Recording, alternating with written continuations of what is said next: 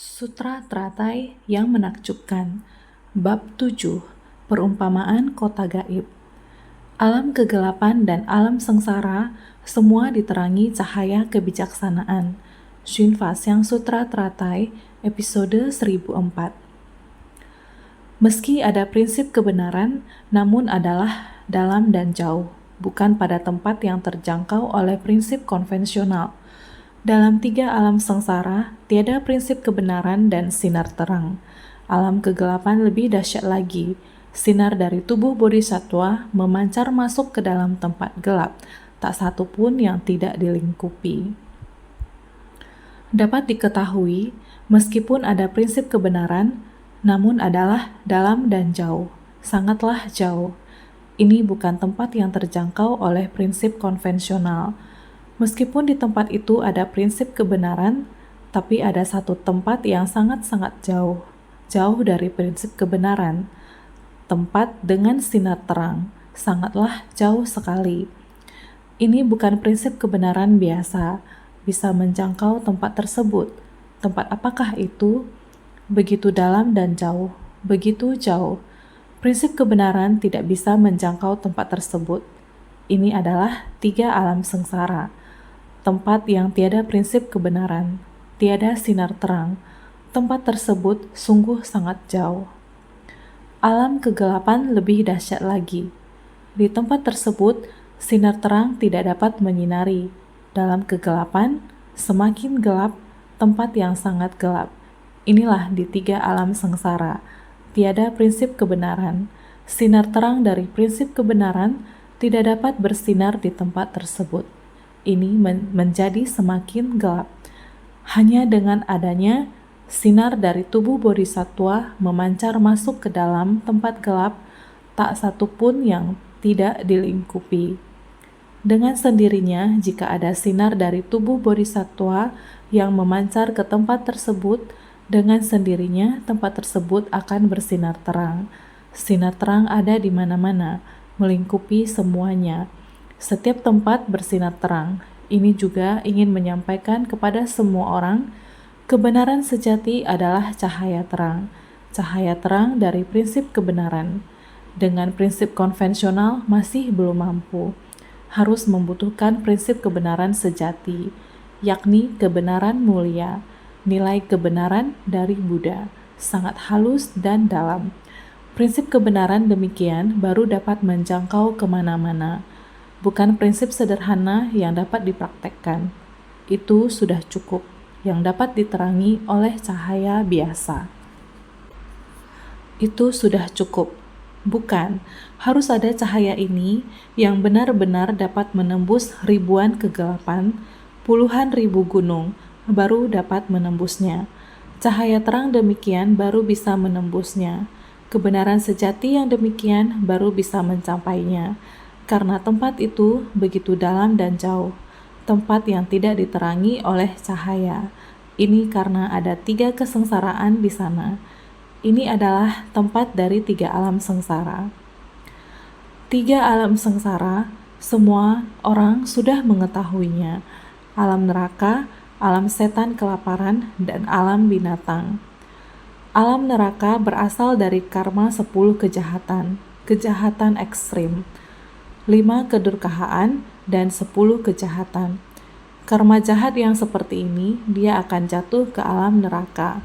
Seperti demikian, orang yang tidak berbakti kepada orang tua di dunia, menciptakan karma dari 10 perbuatan kejahatan, orang demikian akan merintangi dirinya sendiri, akan jatuh ke alam neraka. Tidak ada memiliki sebab dan kondisi pendukung untuk menerima cahaya ini. Prinsip kebenaran tidak dapat diserap ke dalam batinnya, sehingga merintangi dirinya sendiri. Cahaya tidak dapat memancar ke dalam batinnya. Ini adalah tiga alam sengsara, di alam neraka dan alam binatang. Alam binatang tidak memiliki sopan santun, tidak memiliki prinsip kebenaran dan sopan santun, bertentangan dengan moral dan etika, maupun perilaku yang tidak bermoral dan etika adalah merupakan karma di alam binatang. Orang seperti ini juga sama merintangi diri sendiri. Kehidupan sehari-hari, jika tidak memiliki konsep pemikiran yang sesuai dengan etika dan moral di dunia, sehingga merintangi diri sendiri, maka terjerumus di alam binatang. Alam binatang apakah menderita? Ini adalah penderitaan yang sesungguhnya. Kita dapat melihat dengan mata kita, sangat banyak hewan peliharaan dikendalikan oleh manusia. Ingin dia hidup, maka dia pun hidup.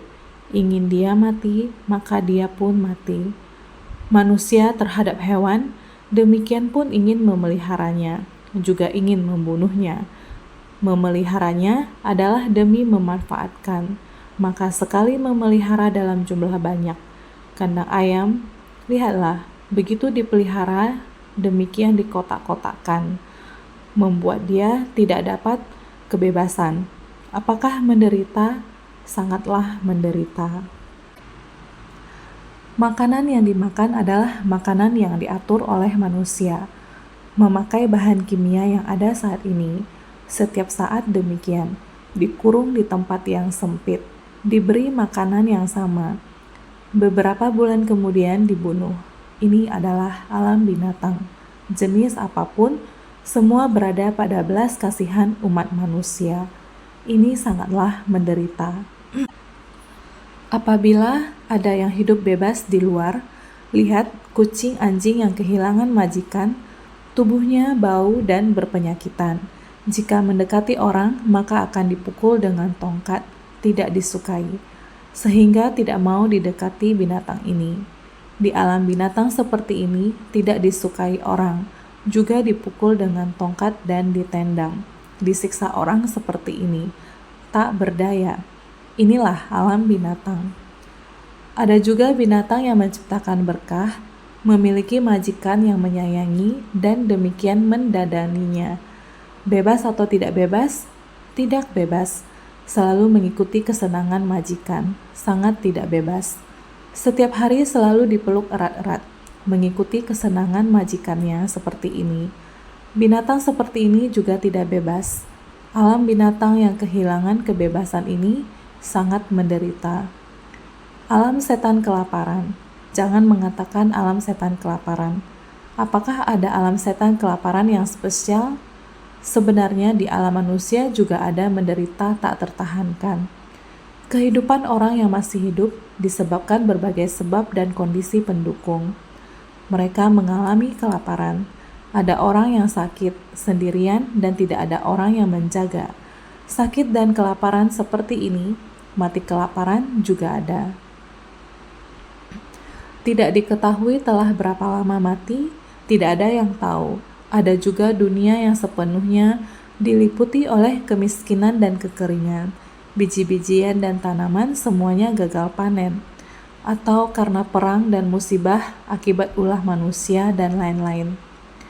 Sekarang sering melihat di TV, negara seperti ini benar-benar sepenuhnya berada dalam kemiskinan dan kesulitan. Dalam lingkungan kelaparan seperti itu, kita dapat melihatnya di dunia, apalagi alam setan kelaparan. Yang Arya Mogalyayana pergi ke alam setan kelaparan dan melihat ibunya, sungguh penderitaan yang tak tertahankan. Walaupun ada nasi yang diberikan untuk ibunya, begitu ibunya membuka mulut langsung menyemburkan api, membuat nasi ini berubah menjadi arang. Alam setan kelaparan juga penuh penderitaan. Mengapa begitu banyak penderitaan? Karena di dunia mereka merintangi dirinya sendiri dari prinsip kebenaran.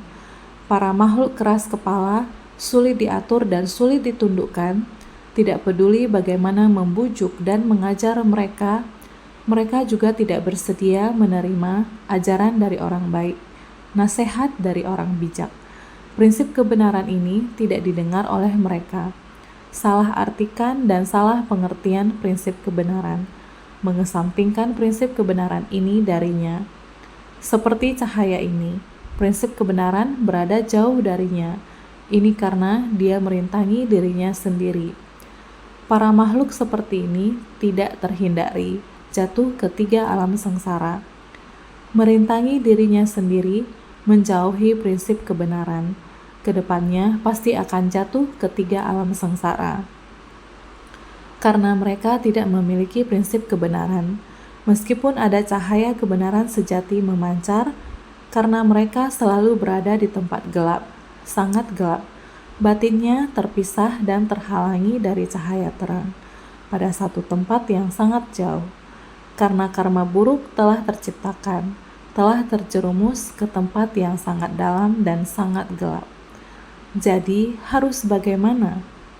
Hanya bodhisattva. Bodhisattva membangkitkan tekad, perbuatan, dan teladan dari bodhisattva, bukan hanya dengan ucapan, tapi melalui tindakan praktek yang nyata, terjun ke kerumunan orang, berbekal prinsip kebenaran mendekati, melalui berbagai kesulitan agar dapat mendekati mereka baru ada kesempatan bersentuhan. Sinar dari tubuh bodhisattva memancar masuk ke dalam tempat gelap. Karena mereka tidak dapat menerima, maka kita harus sesungguh hati terjun ke dalam masyarakat. Jika dapat demikian, cahaya dari tubuh ini akan menerangkan semua tempat. Kendati tempat yang sangat gelap, tempat yang sangat dalam dan gelap, jika bodhisattva datang ke tempat ini dengan sendirinya, prinsip kebenaran akan tersebar ke tempat ini. Maka, tak satu pun yang tidak dilingkupi. Semua tempat dapat terima seberkas cahaya, tergantung apakah kita bersungguh hati. Lihat bagaimana insan suci di komunitas, atau di sekitar rumah sakit, atau di dalam rumah sakit. Mereka sangat bersungguh hati. Bagaimana membawa dharma, niat hati yang tulus ke rumah sakit untuk mereka yang terluka dalam ledakan bubuk atau untuk pasien yang sedang menderita sakit di rumah sakit.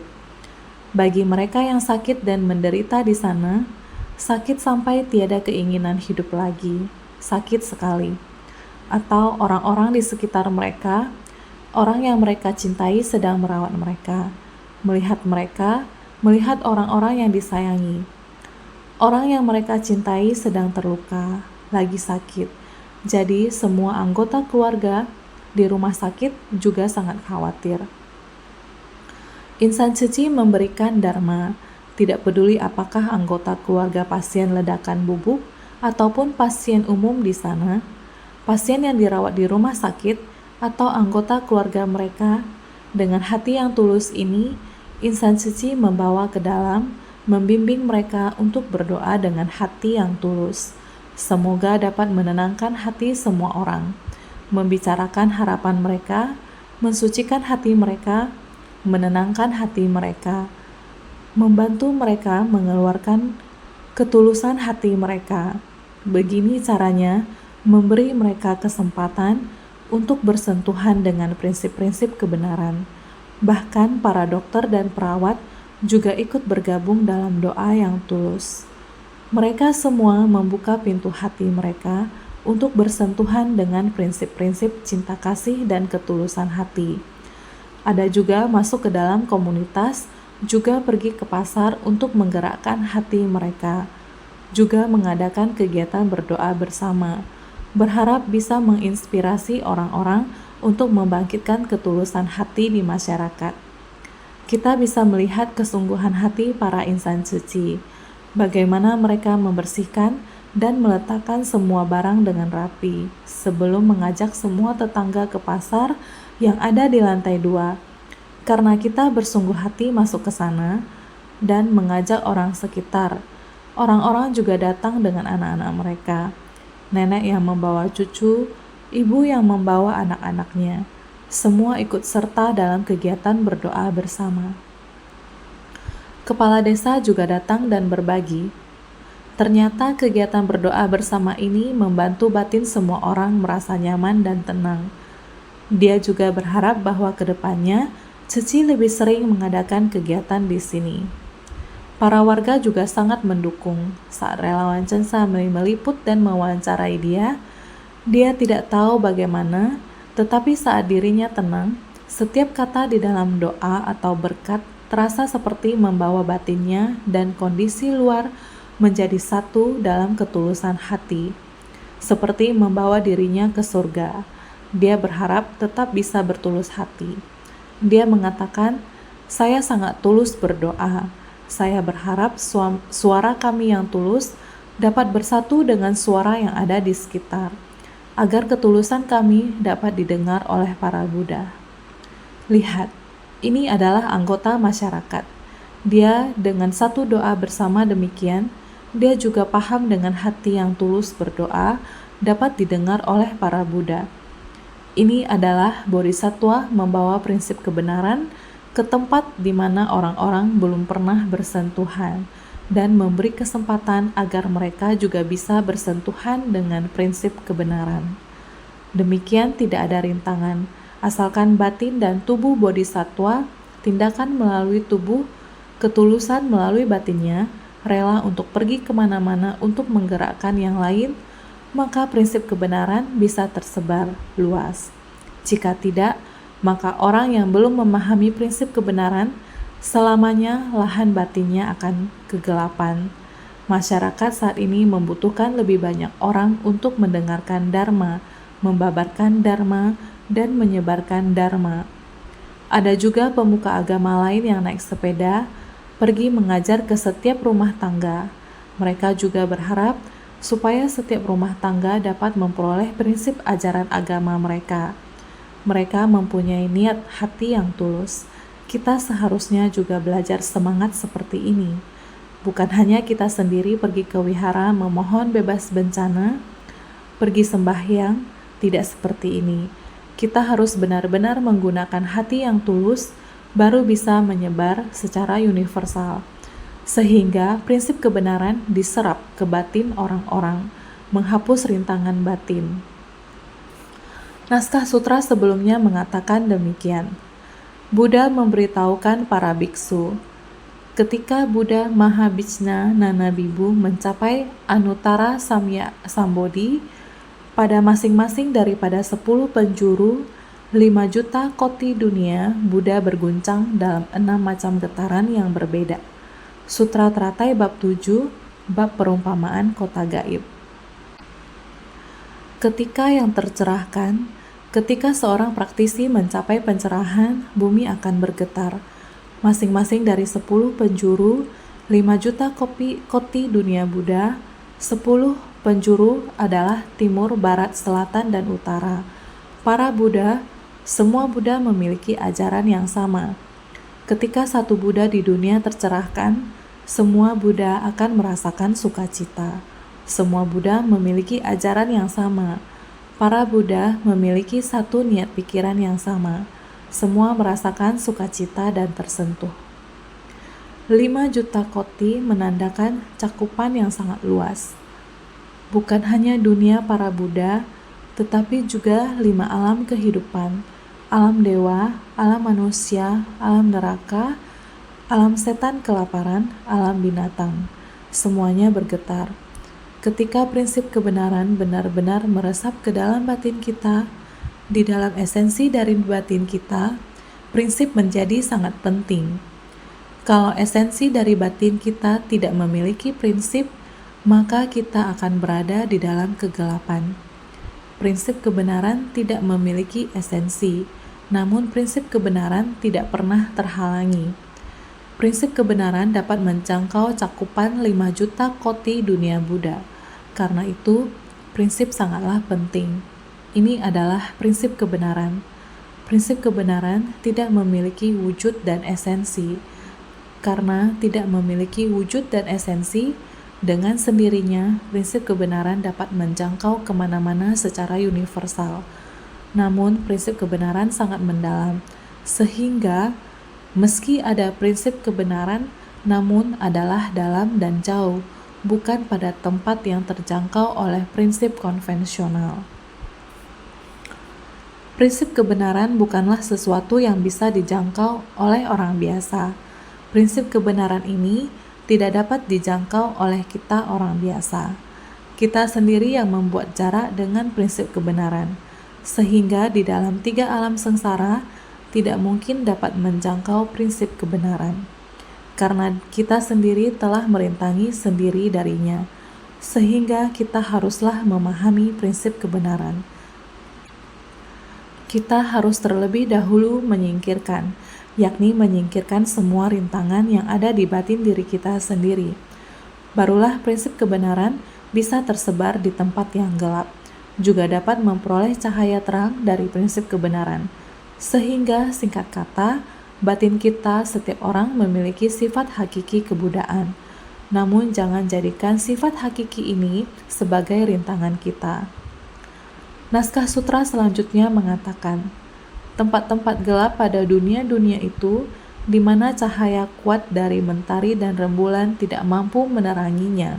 Semuanya menjadi terang benderang, sehingga para makhluk di dalamnya dapat saling melihat satu sama lainnya.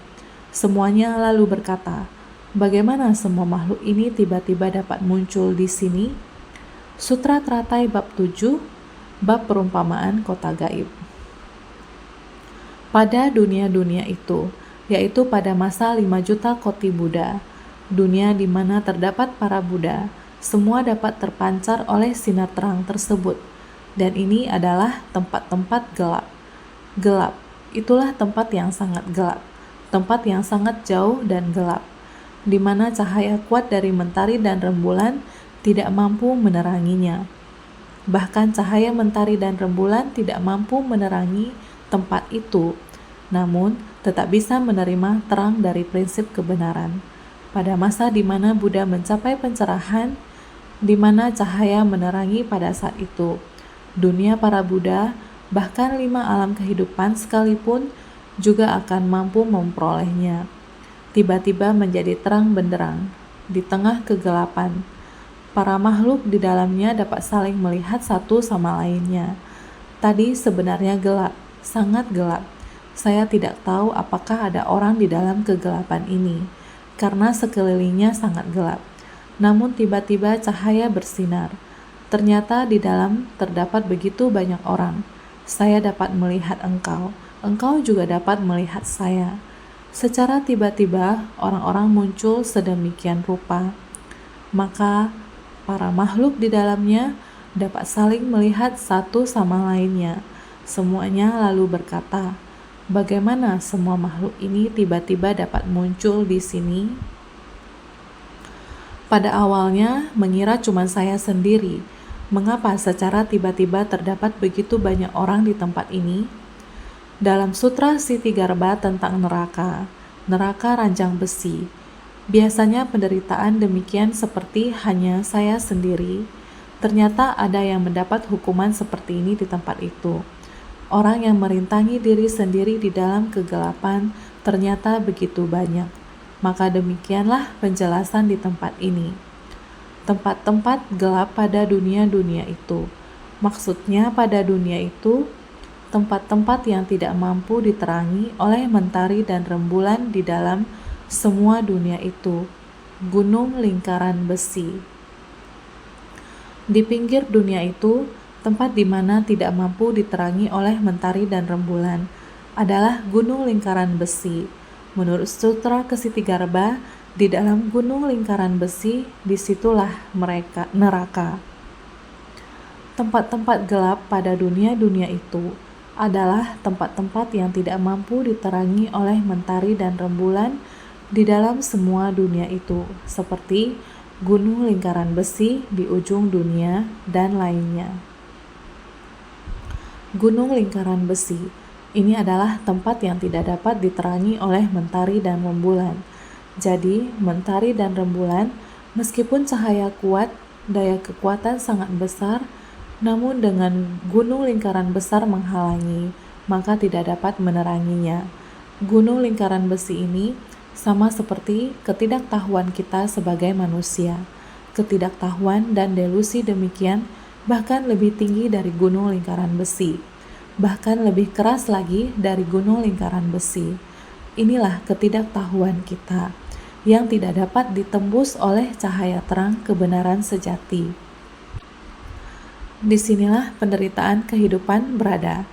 Jadi saat ini ketika ada cahaya terang, tempat yang tidak dapat diterangi, selama ada cahaya, cahaya ini mulai menerangi tempat yang biasanya tidak mampu diterangi oleh cahaya, mentari dan rembulan. Namun, sekarang, kewelas-asihan dan cahaya kebijaksanaan dari Buddha Tathagata mampu menerangi semuanya. Cahaya kuat dari mentari dan rembulan tidak mampu meneranginya. Semuanya menjadi terang benderang. Tempat-tempat yang biasanya tidak mampu diterangi oleh cahaya mentari dan rembulan, namun sekarang kewelas-asihan dan cahaya kebijaksanaan dari Buddha Tathagata mampu menerangi semuanya. Hanya kebijaksanaan, hanya welas asih. Welas asih dan kebijaksanaan membangkitkan welas asih dan kebijaksanaan bersama. Asalkan belas kasih hatimu muncul, kebijaksanaan hati muncul. Dengan sendirinya, cahaya tersebut akan menerangi di sana. Sama seperti mereka tidak bisa datang, kita yang pergi ke mereka. Apakah ke rumah sakit ataupun ke pasar, ketika semua bersungguh hati melangkah masuk ke tempat tersebut, dengan sendirinya, prinsip kebenaran ini, mereka dapat menerima prinsip ini. Jika mereka tidak datang dan kita tidak pernah pergi ke mereka, mereka selamanya akan terhalangi dari prinsip kebenaran ini. Jadi, mentari dan rembulan tak mampu menerangi. Itu karena dirintangi oleh karma buruk. Semuanya menjadi terang benderang. Adalah karena Buddha telah mencapai penerangan sempurna. Mentari dan rembulan tak mampu menerangi, dirintangi oleh karma buruk. Semuanya menjadi terang benderang, terang dikarenakan Buddha telah mencapai penerangan sempurna. Gunung lingkaran besi ini ibarat karma buruk. Karma buruk adalah kegelapan batin. Gunung lingkaran besi ini menghalangi kita. Ini adalah kegelapan batin kita. Tetapi cahaya kebijaksanaan dan welas asih Buddha membuat semuanya menjadi terang benderang. Karena Sang Buddha telah mencapai kebudaan, dengan mencapai kebudaan, dengan sendirinya akan memperoleh prinsip-prinsip kebenaran. Ketika Sang Buddha mencapai kebudaan, prinsip kebenaran diutarakan Sang Buddha melalui kata-kata yang diucapkannya. Kita menerima dengan sungguh hati. Setelah menerima, kita mempraktekkan dalam tindakan nyata. Sebelum Sang Buddha mencapai kebudaan, beliau juga disebut sebagai bodhisattva. Oleh sebab itu, sinar dari tubuh bodhisattva juga dapat menerangi tempat yang gelap. Sehingga setelah mencapai kebudaan, semua prinsip diucapkannya. Beliau juga dapat membantu orang-orang menghapus kegelapan batin, membantu semua orang bertekad dan membangkitkan ikrar, masuk ke dalam kumpulan orang banyak, menjalin jodoh yang baik, mengubah kegelapan batin menjadi sifat kebodian. Ini adalah pencapaian kebudaan. Beliau dapat membuat langit dan bumi bergetar, juga dapat menggugah batin setiap orang. Sangat tercengang. Saya sangat terharu, sangat menggugah batin saya. Ada rasa, ada tindakan, maka prinsip-prinsip kebenaran masuk ke dalam batin. Terharu berarti prinsip kebenaran sudah muncul, prinsip-prinsip yang dapat mengguncang bumi. Pada naskah sutra sebelumnya disebutkan bahwa cahaya ini secara mendatar mencapai 5 juta koti negeri, secara vertikal ke atas mencapai surga Akanista, dan ke bawah hingga neraka Avici, sama seperti satu cahaya yang menerangi penjuru timur sekarang. Horizontal begitu luas, 5 juta koti negeri, termasuk 5 alam kehidupan, tempat yang gelap. Cahaya dapat menerangi secara horizontal. Jika atas bawah, vertikal ke atas dan ke bawah adalah ke atas mencapai surga Akanista. Surga Akanista, dunia yang mempunyai benda materi, semua disebut surga Akanista. Termasuk alam surga Traya Trimsa, termasuk bentuk alam tertinggi, termasuk 6 surga dari alam nafsu, semuanya dapat diterangi. Semua tempat di mana mempunyai benda materi, masih ada tempat alam nafsu, kebenaran sejati dapat menerangi. Masih ada ke bawah hingga neraka Avici. Ke bawah adalah neraka Avici. Cahaya ini horizontal dan vertikal sangat umum. Sama seperti satu cahaya yang menerangi penjuru timur sekarang. Matahari terbit dari timur, maka matahari yang terbit dari timur bersinar ke barat. Dengan cara yang sama, cahaya ini juga keluar dengan cara yang sama, sehingga Buddha itu adalah awal dan Buddha ini adalah akhir. Mereka berdua menampakkan Mahabishna Nanabibhu yang semula ada pada diri mereka. Setelah para makhluk menerima sinar Buddha, tiada satupun yang tidak memperoleh manfaat. Buddha lampau adalah Buddha Mahabishna Nanabibhu. Buddha saat ini adalah Buddha Sakyamuni. Buddha Sakyamuni adalah dari zaman Buddha Mahabishna Nanabibhu. Dari masa 16 pangeran mulai melatih diri dan mendengar sutra teratai, membabarkan sutra teratai. Sebelum kalpa sebanyak butiran debu, sebelum masa tanpa awal, selalu memulai melatih diri dari kehidupan ke kehidupan, sampai pada masa jauh dari kita lebih dari 2000 tahun lalu. Lahir di kerajaan Kapilawastu, ini adalah awal dari Buddha Dharma kita di masa sekarang ini. Buddha Dharma kita sekarang berasal dari Buddha Sakyamuni. Dari mulutnya keluar ajaran Buddha, kemudian diwariskan seperti ini. Buddha Sakyamuni, beliau juga berasal dari masa Buddha Mahabishna Nanabibhu. Jadi awal Dharma dimulai dari tempat itu. Sekarang sampai pada hari ini, hal yang sama, Dharma ini adalah dari Buddha Sakyamuni kita di masa sekarang ini. Yang kita terima di masa sekarang apakah sudah berakhir seperti ini? Masih belum. Masih ada masa mendatang. Bagi kita saat ini sudah termasuk akhir, yaitu sejak dimulainya Buddha sampai di perhentian ini sekarang. Tapi kita harus membuat Dharma ini harus bisa terus disebarluaskan lagi. Buddha Sakyamuni masih tetap sama. Ini hanya satu perhentian. Di masa mendatang, Buddha masih akan membuat Dharma ini kembali tersebar dari kehidupan ke kehidupan. Waktu adalah tidak terbatas. Jadi, mereka berdua menampakkan Mahabishna Nanabibhu yang semula ada pada diri mereka. Jadi dikatakan, pada masa lalu dan masa sekarang, Buddha Mahabishna Nanabibhu di masa lalu, Buddha Sakyamuni di masa sekarang, dan Dharma yang kita semua dengarkan, setiap orang adalah sama, menampakkan Mahabishna yang semula ada pada diri mereka. Kita setiap orang juga sama, harus menampakkan penembusan besar dan kebijaksanaan unggul dari sifat hakiki setiap orang. Sebenarnya, penembusan besar dan kebijaksanaan unggul adalah mengungkapkan sifat hakiki kebudayaan setiap orang.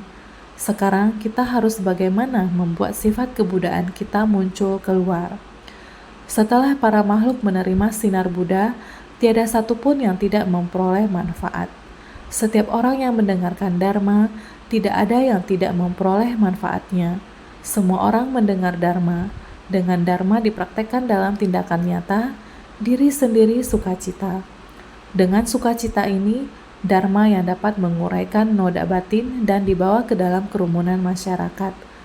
Dalam kerumunan masyarakat menggunakan Dharma ini, menguraikan noda batin, juga bersukacita, melepaskan kerisauan. Kita setiap hari dapat melihat banyak bodhisattva menceritakan kisah kehidupan masa lalu mereka. Kehidupan sekarang sama sekali berbeda. Kondisi meskipun tidak berubah, akan tetapi perasaan batinnya sudah tidak sama. Oleh karena itu, cahaya bodhisattva ini horizontal dan vertikal. Aspeknya begitu luas. Prinsip kebenaran sampai meluas ke alam semesta. Bukan hanya di permukaan sekeliling tempat itu saja, bahkan neraka yang ada di bawah bumi. Oleh karena itu, di dalam Sutra Avatamsaka disebutkan, cahaya yang dipancarkan dari bawah kaki bodhisattva dapat menerangi alam neraka. Para makhluk yang menerima cahaya, semuanya terlahir di alam surga Traya Trimsa. Kemudian begitu mendengar suara genderang surgawi dan pembabaran Dharma, mereka dengan segera mencapai tingkatan 10 bumi. Bodhisattva adalah penunjuk. Buddha Sakyamuni sebelum mencapai kebudaan, begitulah beliau melewati jalan ini. Tidak hanya alam manusia, neraka, beliau dari kehidupan ke kehidupan demikian melewatinya. Oleh karena itu dikatakan, baik di tempat manapun, asalkan ada bodhisattva yang terjun ke masyarakat, tempat itu dengan sendirinya akan bersinar. Prinsip kebenaran telah tiba. Cahaya batin bergerak. Semua orang memiliki prinsip kebenaran ini, sehingga makhluk di neraka ini telah menerima prinsip kebenaran. Dengan sendirinya, semuanya terlahir di alam surga Traya Strimsa. Kemudian begitu mendengar suara genderang surgawi dan pembabaran dharma, mereka dengan segera mencapai tingkatan 10 bumi. Ini adalah perumpamaan Buddha sebelum mencapai kebudaan, datang dan pergi menerima ajarannya, mulai mengamalkan sesuai yang diajarkan, melatih 10 perbuatan baik, juga bisa lahir ke alam surga Traya Strimsa.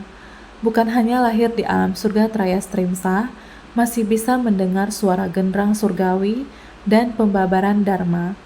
Genderang saja bisa membabarkan dharma. Benar, mengetuk lonceng, memukul genderang, ini juga harus dipelajari. Sewaktu memukul genderang, batin yang memukul genderang, dalam batin harus melafalkan dharma, juga harus melafalkan dharma. Sewaktu memukul lonceng juga harus tulus. Dalam batin harus ada dharma. Setiap gerakan harus bersungguh hati. Hatimu yang tulus, walaupun hanya sesaat suara genderang surgawi, semua orang yang telah mendengarnya, genderang menggerakkan hati orang menuju ke arah prinsip kebenaran. Bisa demikian. Ini juga melihat kita sebagai praktisi. Apakah setiap orang melatih diri seperti Buddha Sakyamuni? Dengan hati bodhisattva masuk ke tengah orang banyak. Setiap gerakan menggunakan dharma dengan hati yang tulus. Apakah demikian? Bila bisa demikian, dharma yang kamu babarkan, mereka bisa membuktikannya, mengkonfirmasi, bisa memahaminya, melatih tingkatan 10 bumi bodhisattva. Dari tingkatan awal, mulai berlatih dari bumi sukacita, melatih sampai bumi awan dharma. Ini kita juga harus selangkah demi selangkah menerima dharma untuk melatih dengan sungguh-sungguh. Sekarang, sutra sekarang juga demikian. Tempat-tempat yang diterangi oleh sinar Buddha pasti pada masa kehidupan lampau pernah menanamkan jodoh. Begitu menerima cahaya ini, mereka yang belum terbebas dari penderitaan pasti terbebas dari penderitaan. Mereka yang belum terbebas dari kesulitan pasti terbebas dari kesulitan. Hendaknya tahu kalau pancaran cahaya ini tidak akan sia-sia diberikan. Tempat-tempat yang diterangi oleh sinar Buddha pada masa kehidupan lampau pernah menanamkan jodoh. Buddha Mahabhisna Nanabibu membabarkan dharma demikian lamanya. Yang mendengar dharma sangat banyak. 16 pangeran juga mendengar dharma, memohon dharma, sama juga kembali lagi membabarkan sutra teratai. Juga dengan waktu yang lama. Orang yang mendengar juga sangat banyak. Mungkin kita dulu pada masa kehidupan lampau pernah menanamkan jodoh. Pada masa lampau juga ada menanam jalinan jodoh ini, sehingga begitu menerima cahaya ini, mereka yang belum terbebas dari penderitaan pasti terbebas dari penderitaan. Cahaya ini begitu tiba, yang belum terbebas dari penderitaan telah mempunyai jalinan jodoh ini, pasti akan terlepas dari penderitaan. Mereka yang belum terbebas dari kesulitan, pasti terbebas dari kesulitan. Yang belum terbebas dari kesulitan, asalkan bersentuhan dengan nilai kebenaran ini, membangkitkan hati sukacita, kesulitannya akan terbebas semuanya. Hendaknya tahu kalau pancaran cahaya ini tidak sia-sia diberikan. Bukan seperti ini didanakan keluar sesuai keinginan. Bukan demikian. Semua ini harus ada benih dan kondisi yang bersumbangsi dan yang menerima. Dalam hal ini, tentu harus ada benih dan kondisi. Tentu saja tidak ada yang keliru dengan memberikan materi. Materi yang diberikan adalah benar dan tepat. Dharma yang diterima juga benar dan tepat. Ini harus ada jalinan jodoh. Sehingga dikatakan, para makhluk di dalamnya dapat saling melihat satu sama lainnya. Meski di dalam kegelapan terdapat para makhluk, namun satu sama lain tidak dapat saling melihat. Namun dikarenakan terangnya sinar Buddha, semuanya terlihat jelas. Dapat saling melihat satu sama lainnya, sehingga semuanya lalu berkata, bagaimana semua makhluk ini tiba-tiba dapat muncul di sini. Semua makhluk merasa, saya mengira hanya saya saja yang menderita, mengira nilai kebenaran. Saya mendengar, saya sendiri yang memahaminya saja. Bukanlah demikian. Ternyata setelah kegelapan terurai, ternyata dalam kegelapan ini tiba-tiba ada demikian banyak orang yang menderita. Orang yang menderita, banyak orang yang menderita, orang yang mendengarkan Dharma dan memahami, ternyata juga ada begitu banyak orang yang mendengarkan Dharma dan memahami. Semuanya lalu berkata, bagaimana semua makhluk ini tiba-tiba dapat muncul di sini? Para makhluk itu semuanya berpikir kata-kata demikian. Dalam kegelapan ini, kenapa tiba-tiba ada para makhluk? Para makhluk sudah lama berada dalam kegelapan, tidak saling mengetahui satu sama lain. Begitu menerima sinar Buddha, masing-masing dapat saling melihat. Makanya merasa terkejut dan takut. Bagaimana semua makhluk ini tiba-tiba dapat muncul di sini? Para makhluk sudah lama berada dalam kegelapan, sehingga dia tidak saling mengetahui satu sama lain. Tidak saling mengetahui satu sama lain, kita semua berada dalam kegelapan. Semua orang tidak mengetahui, tetapi begitu mendengarkan ajaran Buddha, begitu menerima sinar Buddha, maka masing-masing dapat saling melihat. Setelah mendengarkan prinsip kebenaran ini, ternyata kita memiliki hati yang bertekad sama, sehingga merasa terkejut dan takut. Tiba-tiba melihat, terkejut. Saya melihat kamu, saya terkejut. Mengapa kamu juga berada di sini? Ini adalah sebuah gambaran. Sehingga semuanya lalu berkata, bagaimana semua makhluk ini tiba-tiba dapat muncul di sini?